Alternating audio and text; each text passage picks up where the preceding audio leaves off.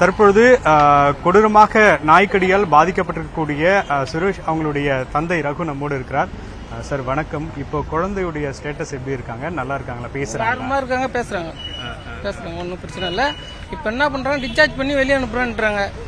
நான் திரும்பி வரணும் போனா குழந்தை இந்த ஹாஸ்பிட்டலுக்கு இட்டுன்னு வர முடியாது. ரொம்ப காயம் அதிகம்.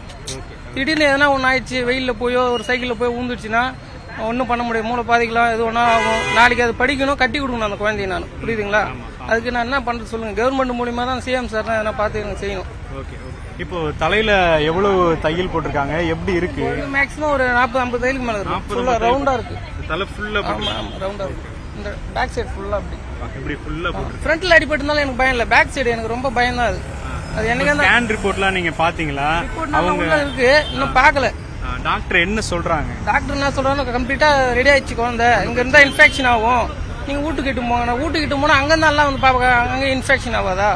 நான் வச்சு எங்க பார்க்க முடியும்? உங்க வீட்டுல போதிய வசதி இருக்கா? பாப்பா பாத்துக்கிறேன் ஒன்னும் இல்லைங்க ஐயா. ஃபுல்லா வெயில்ல தான் இருக்கணும். நான் ஒரு ஃபேன் இங்கே கொஞ்சம் ஏசில இருக்கு, அங்க போனா ஃபேன்ல கூட இருக்க முடியாது. அனல் ஃபேன் கூட இல்லாத நிலைமை அப்படியே இருக்கும். முதலமைச்சருக்கு என்ன கோரிக்கை வைக்கிறீங்க? குறிப்பா நம்ம கார்ப்பரேஷன் கமிஷனர்லாம் கூட சொன்னாரு உங்களுக்கு வேலை வாங்கி தரேன்னு சொல்லி. முதலமைச்சருக்கு என்ன கோரிக்கை வைக்கிறீங்க? முதலமைச்சருக்கு என்ன கோரிக்கை வைக்கிறேன்னா, குழந்தைக்கு அவருன்னா சினிமா அவரால முடிஞ்சு செய்ய சொல்லுங்க. நம்மளுக்கு வந்து இது வேணும் அது வேணும் அப்படின்னா நம்மளுக்கு வேணும். எதுவும் வேண்டாம். அவர் ஒரு ஸ்டெப் எடுத்து இந்த குழந்தை இது மாதிரி இருக்க எதுனா ஒண்ணு செஞ்சு கொடுத்தா எனக்கு போதும். ஒரு படிப்புக்கோ எதுக்கோ எதா இருந்தாலும். இந்த உரிமையாளர் மேல வந்து தொடர்ச்சியா வழக்கெல்லாம் பதிவு பண்ணிட்டாங்க. இப்போ அவங்க கிட்ட இருந்து என்ன உதவிகள் கிடைக்கிறதுக்கு சொல்லியிருக்கிறாங்க? அது ஏதோ பேச்சுவார்த்தை போயிட்டு இருக்கா?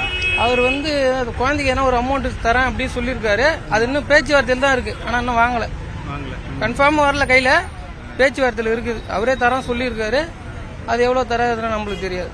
ஆனா குழந்தை இப்ப நல்லா விளையாடுறாங்க, பேசுறாங்க, சாப்பிடுறாங்களா? சாப்பிடுறாங்க. ஓகே. நீங்க இப்போ அந்த முழுக்க வந்து இந்த நாய்க்கடிக்கான பிரச்சனையில இருந்து அவங்க வெளியே வந்துட்டாங்கன்னு டாக்டர் உத்தரவாதம் கொடுத்திருக்காங்க. பெண்டிங் 3 இன்ஜெக்ஷன் இருக்கு. 3 இன்ஜெக்ஷன் இருக்கு. அந்த இன்ஜெக்ஷன் அங்கதான் வந்து பண்ணி ஆகணும்.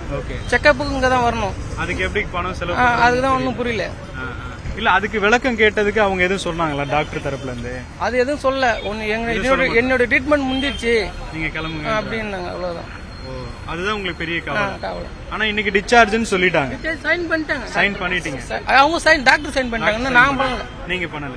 இப்போ நீங்க வந்து அதுக்கான இட வசதியோட அனுப்பணும்ன்ற மாதிரி கோரிக்கை வைக்கிறீங்களா? அதாவது இப்போ வீட்டுல எதுவும் ஃபேன் இல்ல, ஏசி இல்ல. அது நான் வாங்கிக்கோ, ஒன்னும் பிரச்சனை கிடையாது. நான் போயிட்டு வாங்கிக்குவேன். என் பைக்கை வித்து கூட வாங்கிக்குவேன். அது எனக்கு பிரச்சனை இல்ல. குழந்தை நல்லபடியா சேஃபா எனக்கு வரணும், அவ்வளவுதான்.